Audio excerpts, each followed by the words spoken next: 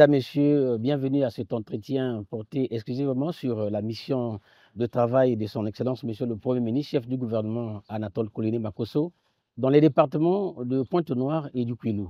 À Pointe-Noire, il s'est agi de la visite des installations portuaires par Anatole Kouliné Makosso. J'ai cité le Premier ministre, chef du gouvernement.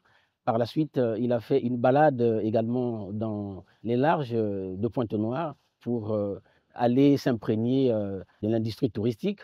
Et dans le département du Kouilou, Monsieur le Premier ministre a tout aussi visité une série de chantiers, notamment la boucle du Kouilou, le site du mémorial de l'esclavage et aussi l'avancement des travaux de construction de l'université de Luango. Avec moi sur ce plateau, je ne suis pas le seul, je suis avec Ader Monzeo de Web TV au Salé et Alphonse Doumbi de Radio Congo Antenne de Pointe-Noire. Monsieur le Premier ministre, merci de nous avoir accueillis pour cet entretien. Alors, première question, Monsieur le Premier ministre, chef du gouvernement, vous avez été une fois de plus dans le port autonome de Pointe-Noire, vous y avez l'habitude. Mais pourquoi cette énième visite dans le port autonome de Pointe-Noire? Merci beaucoup de me donner l'occasion de m'adresser aux populations et particulièrement à la presse locale. La visite du port autonome de Pointe-Noire consistait pour le Premier ministre à aller voir comment évoluent les travaux d'aménagement, de développement des infrastructures portuaires. Vous savez que nous comptons beaucoup sur le port de Pointe-Noire pour financer davantage le développement de notre pays parce que la plupart des ressources douanières passent par le port autonome de Pointe-Noire et toutes les activités qui s'y déroulent devraient contribuer à financer notre économie. Il y a certains pays, par exemple, où les villes portuaires se développent grâce à l'activité portuaire, bien entendu. Je ne pourrais pas les citer, mais vous avez des pays qui assurent le financement de leur assainissement, de leur développement par le fait que l'activité portuaire de ces villes est très développée. Nous réfléchissons aussi sur la manière de rendre notre port beaucoup plus attractif, de le rendre beaucoup plus rentable, de façon à financer notre économie. Et vous savez qu'il y a une importante réforme qui est engagée dans cet esprit. Monsieur le Premier ministre, dans cet entretien, nous allons également aborder le volet actualité dans notre pays. Mais avant d'y arriver, toujours dans le port autonome de Pointe-Noire, profitant de votre visite, vous êtes allé au large pour aller vous imprégner de l'industrie touristique qui se met en valeur. Alors, vous avez certainement vu les dauphins, les baleines. Qu'est-ce que vous en dites pour les populations congolaises? Quand vous prenez le projet de société de son Excellence, Monsieur le Président de la République, appuyé par le Plan national de développement, le développement touristique est un des piliers majeurs du développement de notre économie et de notre pays. Et quand vous prenez, je disais, le projet de société, vous voyez que le président de la République a classé les zones de développement touristique en trois. Vous avez la zone de Brazzaville et le centre, vous avez la zone nord et vous avez la zone sud. Quand vous voyez la zone sud, le président de la République s'appuie sur Pointe-Noire et le Kouilou, au regard de son histoire, au regard de l'océan, au regard du fleuve du Kouilou, ainsi de suite. Donc, on pensait effectivement s'appuyer sur Pointe-Noire et le Kouilou pour impulser le développement de l'industrie touristique. Et dans cet esprit, le tourisme maritime est un levier important du développement touristique dans tous les pays du monde. Nous avons simplement voulu explorer ce tourisme maritime en allant observer les baleines, comme sous peu aussi, nous irons observer la ponte des tortues marines. Comme sous peu, nous pourrons aller justement observer les pêcheurs de gros. Voilà, ce sont trois activités au sein des océans qui mobilisent de nombreux touristes. Vous savez que depuis un moment, nous avons pris l'option de faire venir ici les bateaux de croisière. En 2023, nous en avons eu un. En 2024, nous en aurons peut-être 2 ou 3. Et en 2025, il y a au moins 4 ou 5 qui se sont déjà affichés. Vous voyez, un pays qui reçoit désormais de plus en plus de bateaux de croisière devrait développer davantage d'activités touristiques, surtout le tourisme maritime. Voilà, l'observation des plages, les activités balnéaires, il y a un certain nombre de choses. Et le Premier ministre, qui, selon les orientations du président de la République, fait une grande promotion touristique pour appuyer les efforts qu'est en train d'accomplir Madame la ministre de l'Industrie touristique, se devrait d'aller faire cette observation pour montrer aux touristes du monde entier, et particulièrement du Congo, que oui, dans notre séance, il y a un certain nombre d'activités qui peuvent s'y dérouler et qui pourraient nécessiter une mobilisation importante des touristes. Oui, monsieur le Premier ministre, vous étiez sur le site d'embarquement des esclaves à Luango. Qu'est-ce qui a motivé cette visite, monsieur le Premier ministre? C'est toujours la promotion de l'industrie touristique. Voyez les différents piliers du tourisme. J'ai parlé du tourisme maritime, mais il y a aussi le tourisme mémoriel. Il y a aussi le tourisme culturel. Il y a le tourisme dans les forêts. Le Congo est un pays, comme on le dit toujours, béni des dieux. Mais ce n'est pas un hasard, ce n'est pas dit comme ça. Vous voyez ce pays, de façon générale, et je parlerai des départements de Pointe-Noire et de Kwilu.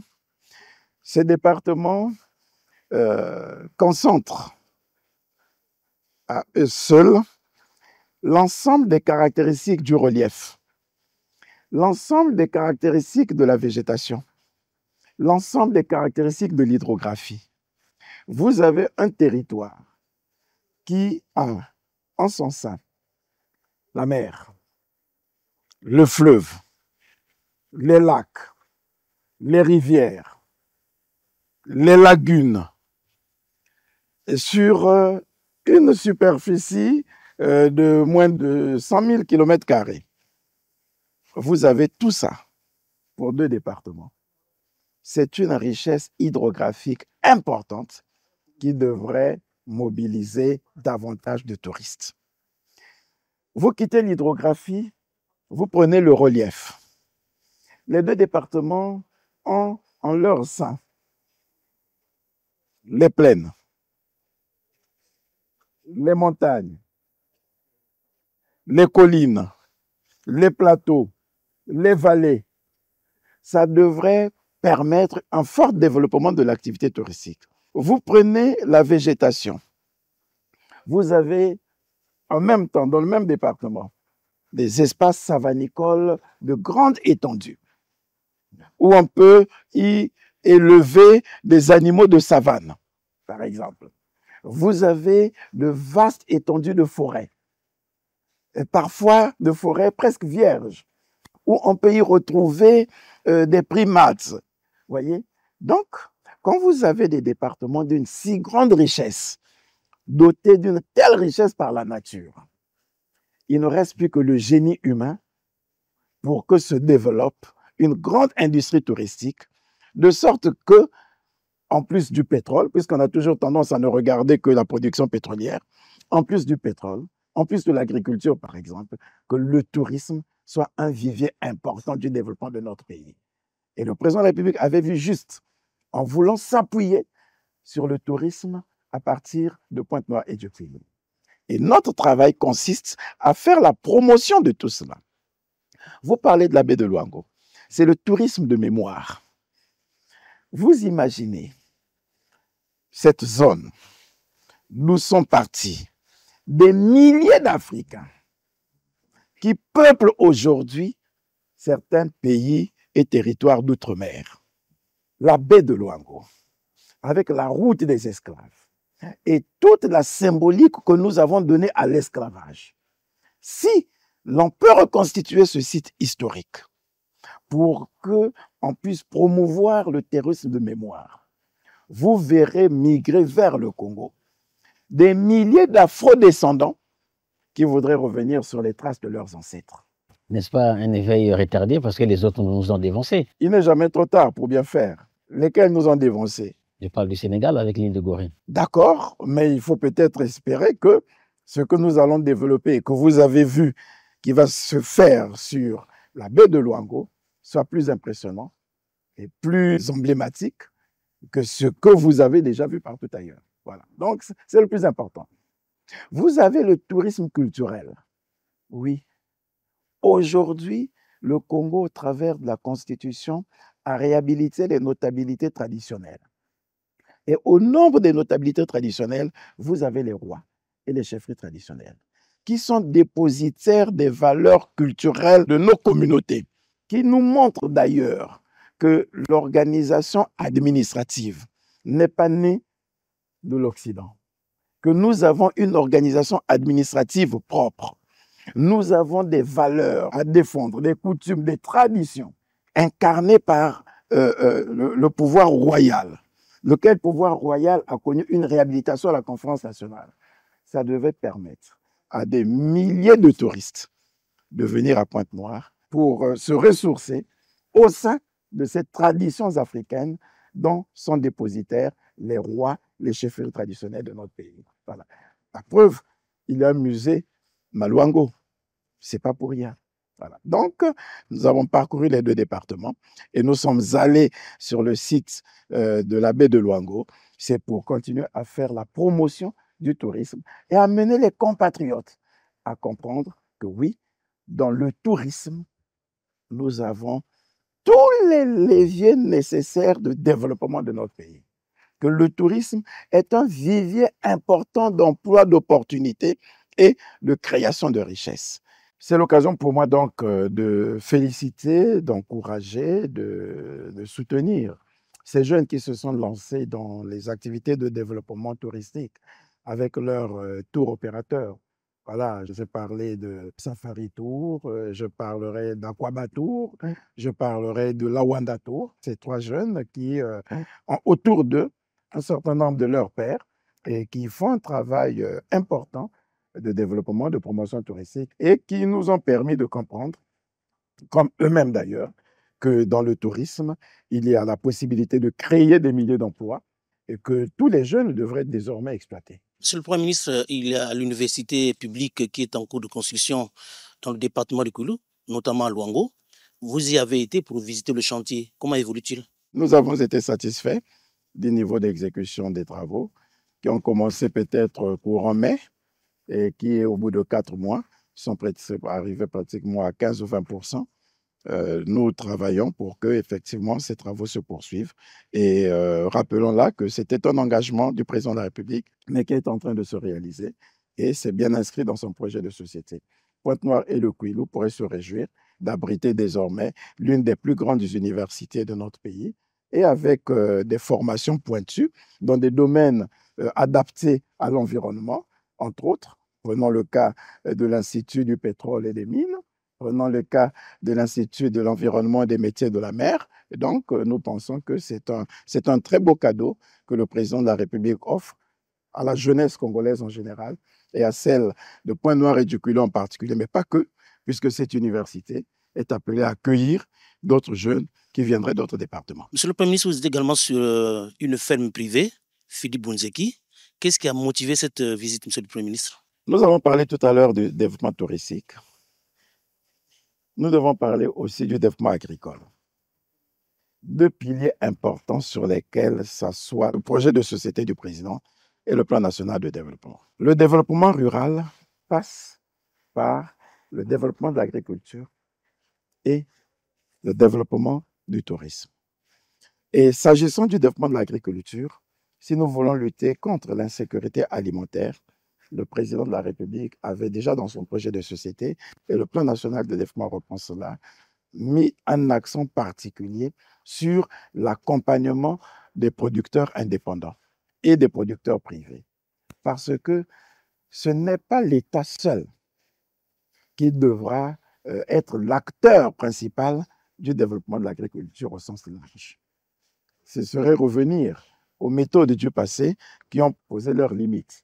L'État impulse, l'État accompagne, mais l'État attend que les privés s'approprient la problématique, s'y lancent pour que nous puissions disposer de la nourriture en abondance. Je peux déjà me réjouir de ce que ici à Pointe-Noire et dans le Kwilu, je crois que les éleveurs, les agriculteurs ont compris le problème et se sont déjà engagés à développer cette agriculture pour permettre de réduire le taux de dépendance alimentaire de notre pays. Près de 60% des œufs de table sont produits ici à Pointe-Noire pour la consommation nationale. Près de 60% des œufs de table sont produits ici à Pointe-Noire par des opérateurs privés. Pratiquement, Pointe-Noire et le Kouilou importent moins les produits maraîchers. Ces produits maraîchers sont fournis par des producteurs locaux. Et le gouvernement se doit d'appuyer ces efforts en étant présent pour que les populations se mobilisent davantage, se lancent davantage dans la production agricole. Et c'est pour cette raison que nous avons été soutenir ce compatriote et qui a développé une grande ferme agricole que nous avons appréciée avec de grands étangs, avec une pisciculture très bien développée, et nous l'encourageons, comme nous encourageons bien d'autres acteurs et qui s'engagent dans cette aventure, comme le président de la République d'ailleurs. Monsieur le Premier ministre, vous avez parlé du soutien du gouvernement vis-à-vis des opérateurs dans le secteur de l'agriculture. Alors, comment est-ce que vous pensez les accompagner? Est-ce qu'en allant les voir pour les encourager simplement dans cette initiative, ou bien vous voulez mettre sur pied une politique matérialisée? Ben, la politique est déjà en marche, notamment la grande réforme foncière qui permet aux agriculteurs qui voudraient se lancer dans ce secteur de l'économie de disposer des terres, ne serait-ce que en se rapprochant du ministère en charge des affaires foncières et en tirant avantage des réserves foncières que le gouvernement crée pour mettre à la disposition des agriculteurs ou des agripreneurs. C'est déjà important. Il y a un certain nombre de facilités qui sont accordées aux entrepreneurs agricoles, notamment en termes de fiscalité. Vous avez des produits, des équipements, des matériels agricoles qui sont exonérés de droits et taxes de douane. C'est quand même déjà important. En accordant d'autres facilités, notamment, par exemple, en réduisant les importations proportionnellement à la capacité de production des nationaux. Je vous ai dit tout à l'heure que nous produisons pratiquement déjà dans notre pays près de 60 à 80% d'œufs de table. Ça devrait amener le gouvernement à réduire les importations pour permettre aux Congolais de consommer la production locale.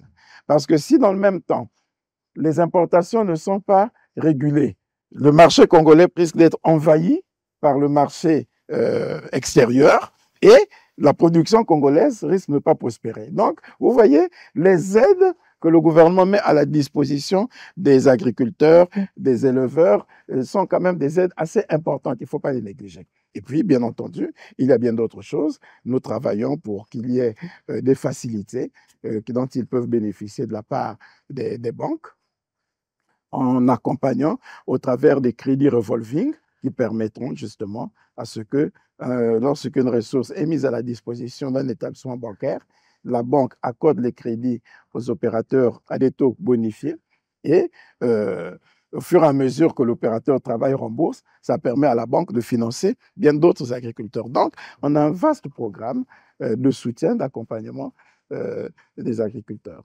Pour appuyer les engagements du président de la République, chef de l'État, vous êtes parti dans le Kouilou, vous avez aussi visité les chantiers de la boucle du Kouilou lancé depuis 2020.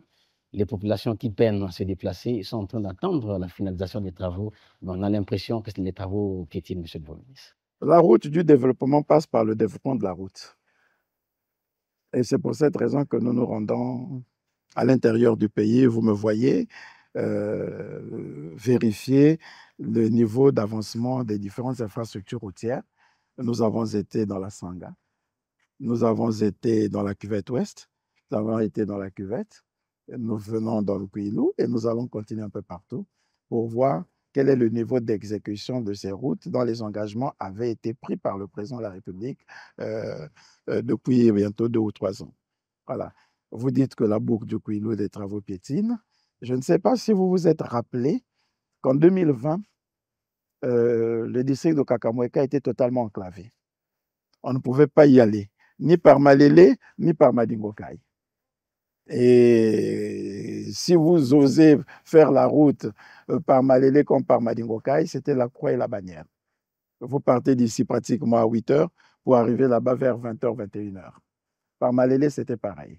Aujourd'hui, nous avons fait 2h30 pour partir de Tizalamou à Kakamweka. Voilà. Et avec beaucoup d'arrêts d'ailleurs. Nous avons fait moins de 3 heures pour partir de Kakamweka à Malélé. Contrairement à ce que vous pensez, l'engagement du président de la République d'améliorer la circulation sur la boucle du Kouilou, cet engagement est tenu. Cela dit, l'idée pour nous, ce n'est pas de nous limiter au travail de la route latérité telle que nous venons de le faire. Le grand défi, c'est parvenir un jour à avoir une route asphaltée, une route bitumée. Mais le gouvernement n'a pas perdu cela de vue.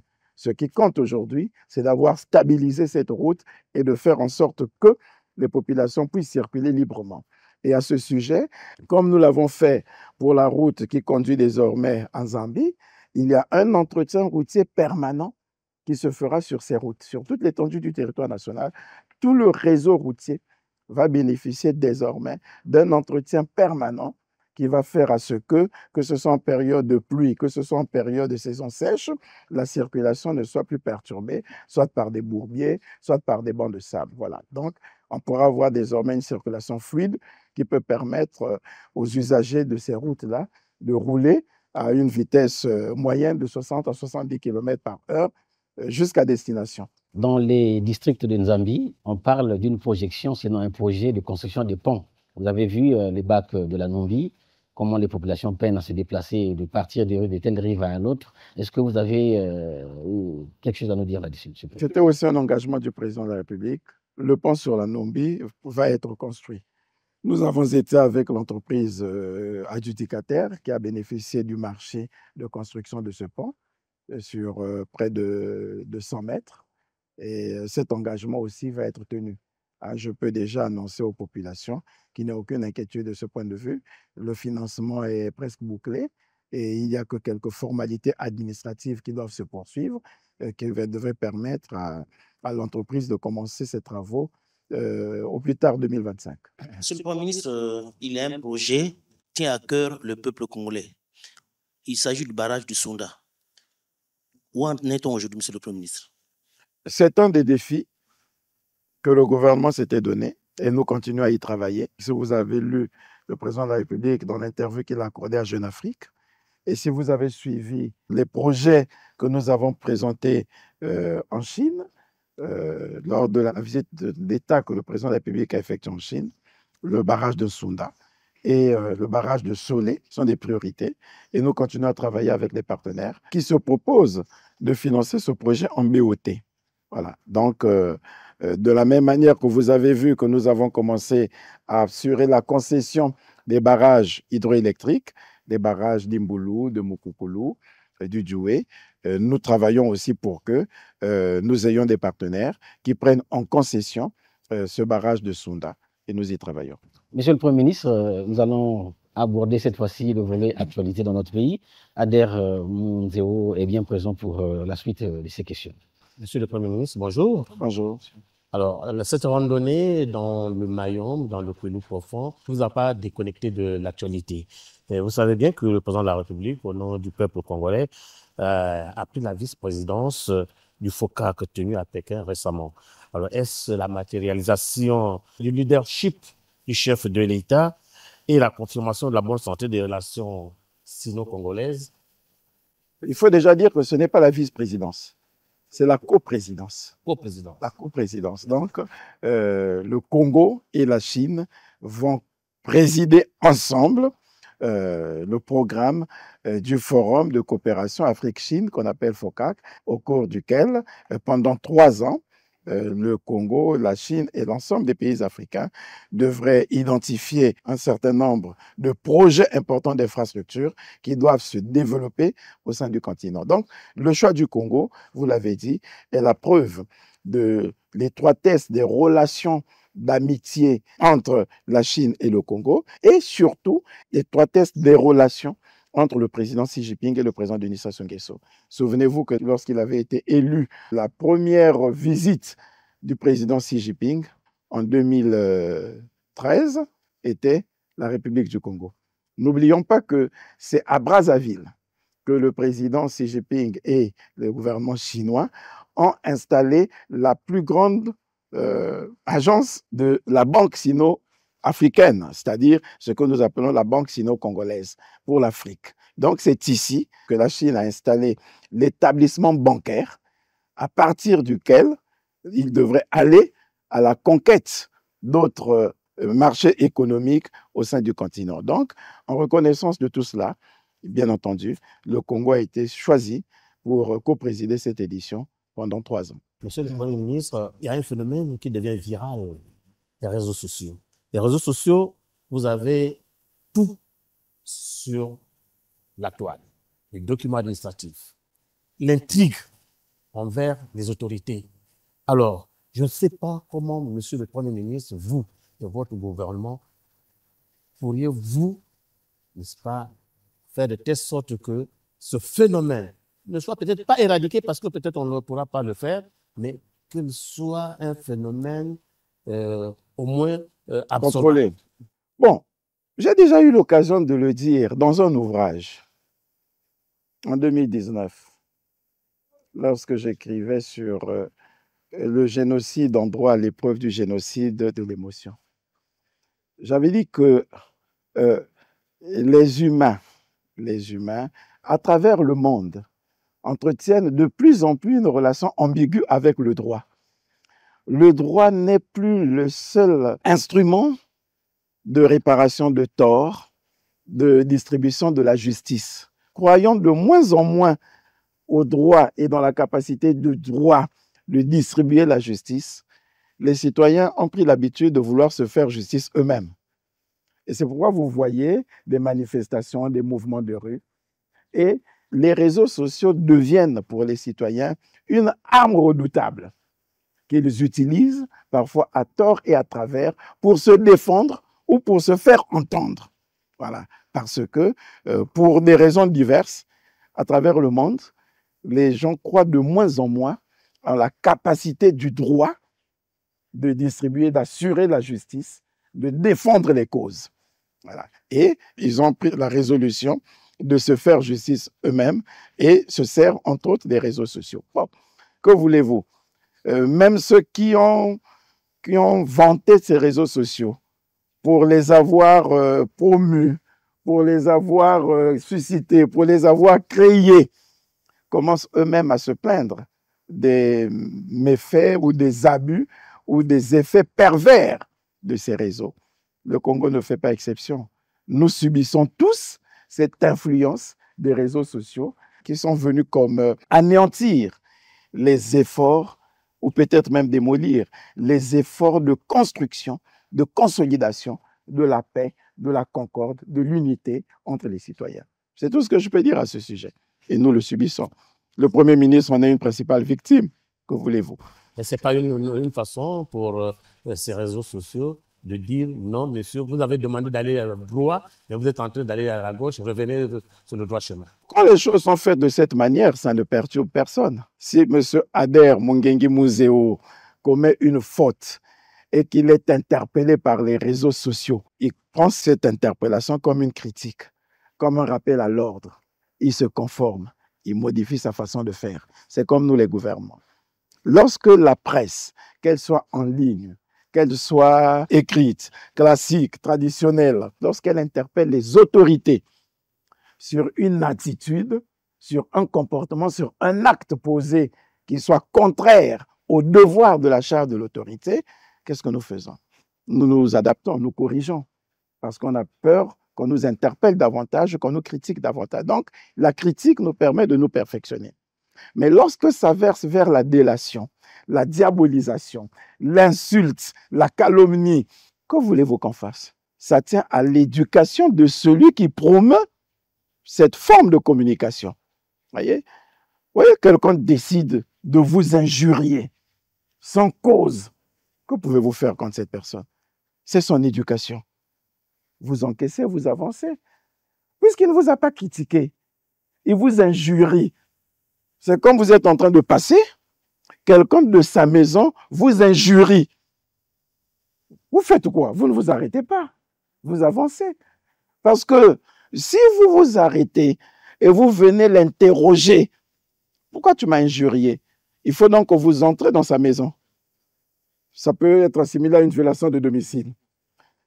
Vous allez le menacer. Ça peut être assimilé à une menace ou à des violences et voies de fait. C'est vous qui serez en infraction. C'est pour cette raison que vous nous voyez. Quand on nous attaque et quand on se rend compte que ces attaques ne sont pas objectives, on avance sans chercher palabre, comme on le dit.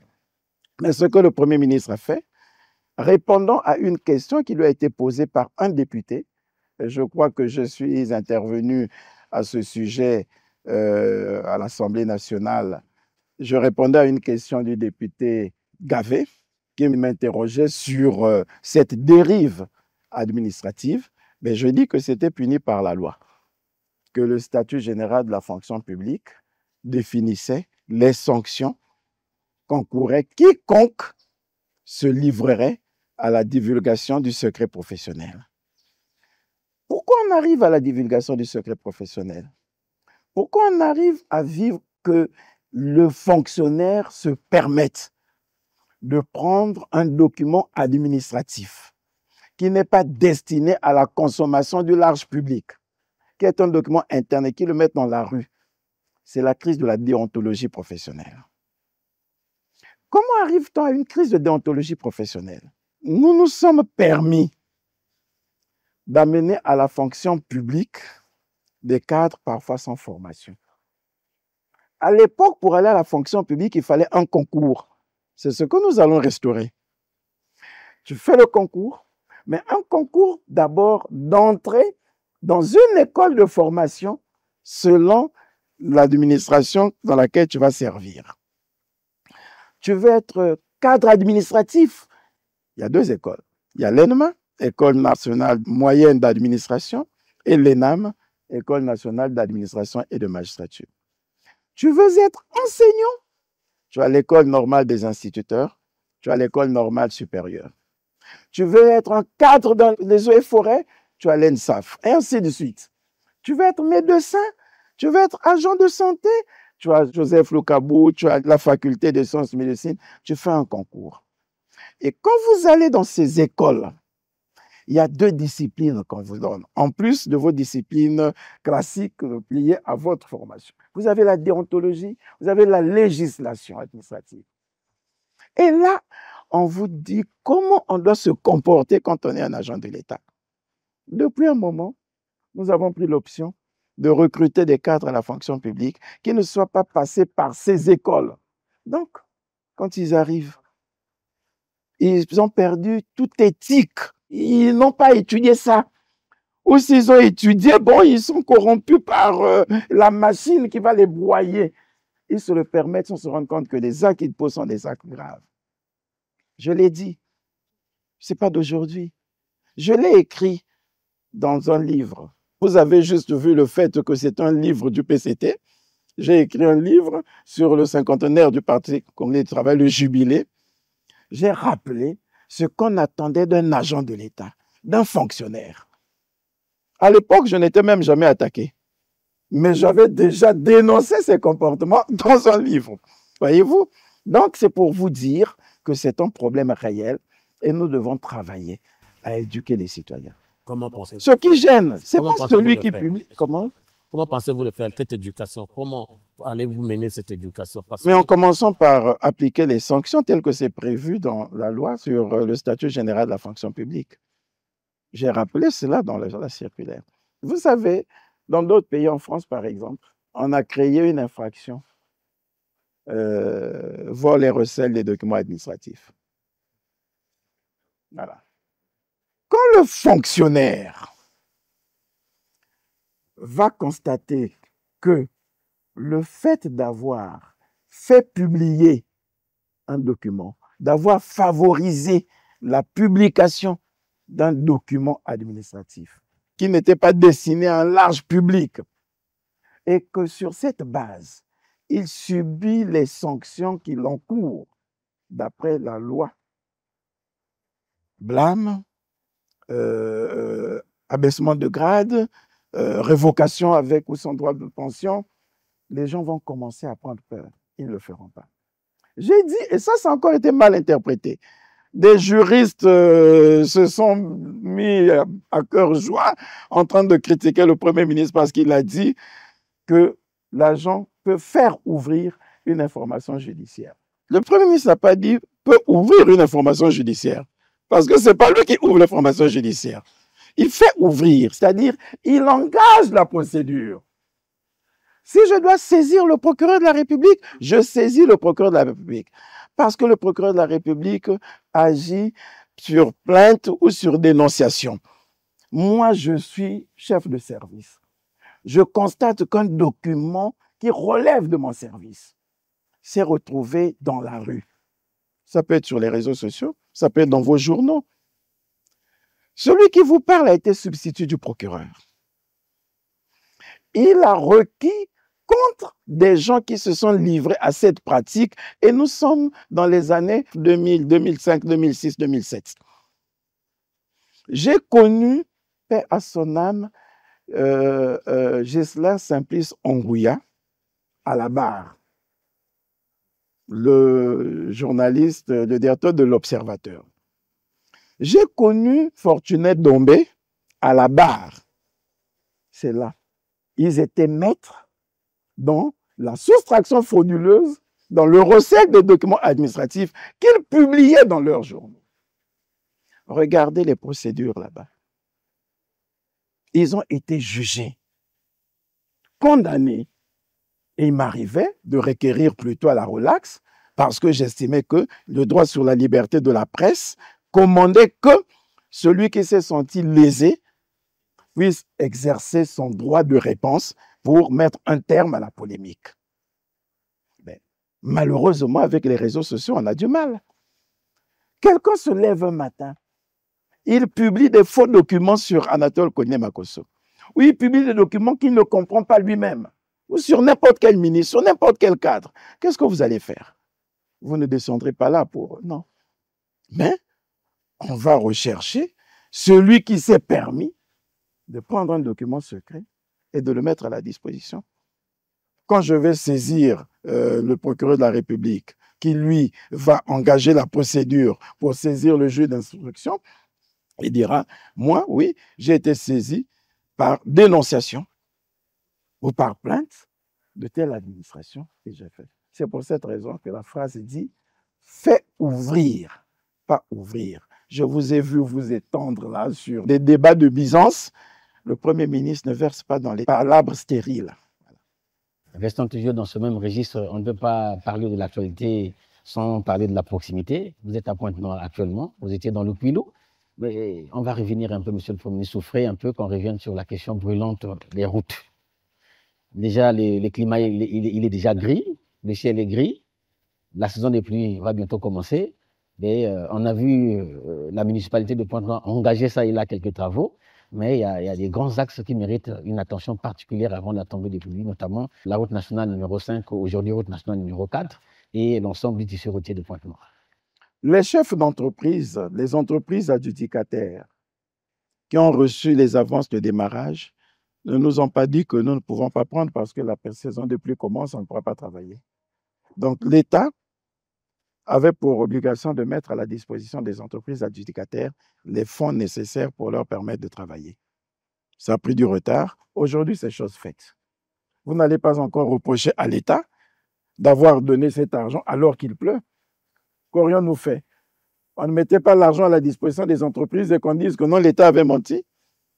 On vous avait dit que ça avait tout un processus. C'est des axes importants. Vous voyez, 5 ou 6 grandes voies sur Pointe-Noire seulement. Vous parlez de la Nationale 4. Voilà, sur près de 20 km jusqu'au rond-point de Luango. Et quand vous voyez l'état de cette route, vous prenez la Nationale 1 de l'hôpital de Luanzili jusqu'à l'avenue Tchister. Vous voyez l'état de dégradation de cette route. Vous prenez une route nouvelle, l'avenue Tchister, qui part du rond-point Tchister jusqu'au marché de la Liberté. Vous prenez une autre route nouvelle, du marché de la Liberté jusqu'à Mpaka là-bas. Vous prenez l'avenue d'Antoinette Sassou Nguesso, qui passe par Mongompoupou, Makayabou, voilà. Vous prenez l'avenue de Denis Sassou Nguesso, qui va passer par le rond-point Kassai, en passant par le marché du Oui, avec un pont supérieur. Le prolongement de Charles de Gaulle, voilà. Vous prenez l'avenue Bitelika Ndombi, puis il y a des travaux. Ne pensez pas que ce sont des petits ouvrages. Et qu'on pouvait, comme ça, sur une petite note, sans tenir compte de toutes les précautions à prendre, qu'on devrait mettre de l'argent à la disposition des entreprises. Voilà. Maintenant que l'argent commence à être mis à la disposition des entreprises, les entreprises vont travailler. Maintenant, si les entreprises vous disent que compte tenu des pluies, nous allons retarder, quelle est la responsabilité du gouvernement? Voilà. Doit-on méconnaître là la volonté du président de la République et du gouvernement d'avoir mis à la disposition de la ville de Pointe-Noire les ressources nécessaires pour la construction, la réhabilitation de ces grandes infrastructures? Non. L'engagement a été pris et il est en train d'être exécuté. Monsieur le Premier ministre, nous allons bientôt aborder la rentrée scolaire, la rentrée des classes.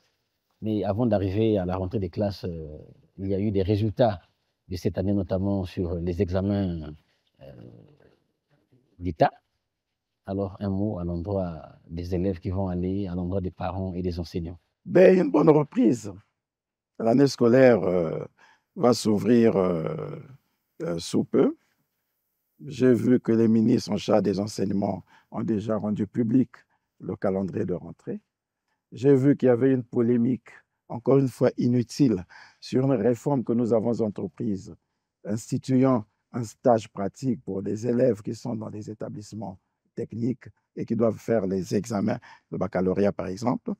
Je pense que les parents ont finalement compris l'intérêt de cette mesure et que les choses sont rentrées dans l'ordre. Je ne peux que souhaiter une bonne année scolaire 2024-2025 à l'ensemble de la population scolaire et encourager les parents à suivre encore de façon plus rigoureuse, de façon plus régulière la scolarité des enfants, leur témoigner notre solidarité. Dans ces temps difficiles, nous savons que la période est difficile, mais les parents n'ont jamais démissionné, n'ont jamais dérogé à leurs responsabilités. Ils assument leurs responsabilités parentales malgré le contexte difficile. Je leur témoigne toute ma solidarité et souhaite encore une fois bonne année scolaire aux élèves. Monsieur le Premier ministre, nous sommes arrivés presque au terme de notre entretien, gros format, mais la tradition de l'entretien commanderait à ce que vous ayez le dernier mot. Je voudrais simplement vous remercier de l'occasion que vous m'avez donnée de m'adresser au public de Pointe-Noire, qui se plaint toujours de ce que nous réalisons toujours nos interviews où nous donnons l'information à partir de Brazzaville, pas souvent de Pointe-Noire. Maintenant, vous pouvez aller leur dire, encore une fois, nous avons pu avoir pour les gens de Pointe-Noire, avec la presse locale de Pointe-Noire, des informations de façon directe de la part du Premier ministre. Quelles sont ces informations? Ces informations, c'est rappeler que le président de la République et le gouvernement sont aux côtés des populations et partagent au quotidien avec les populations leurs angoisses. C'est cette volonté de solidarité, ce sens de solidarité et de responsabilité qui amène le Premier ministre à parcourir les départements. Il a été dans le Nord, comme chaque année, presque tous les 6 mois. Il est venu à Pointe-Noire et dans le Kouilou. Il a parcouru les routes du Kouilou, de la cuvette ouest, de la Sanga, de la cuvette, des plateaux et l'engagement du président de la République de garantir le développement des infrastructures de base reste tenu. Nous avons fait la boucle du Kouilou. Nous avons constaté que les efforts que nous avons déployés depuis 2020 pour désenclaver Kakamweka sont en train de produire leurs fruits parce que contrairement à ce que nous avons connu en 2020, aujourd'hui, nous pouvons faire Pointe-Noire-Kakamweka en l'espace de 3 heures en roulant modérément à 60 km à l'heure sans que nous n'ayons des obstacles de bancs de sable ou de bourbiers ou d'érosion. C'est quand même déjà quelque chose d'important.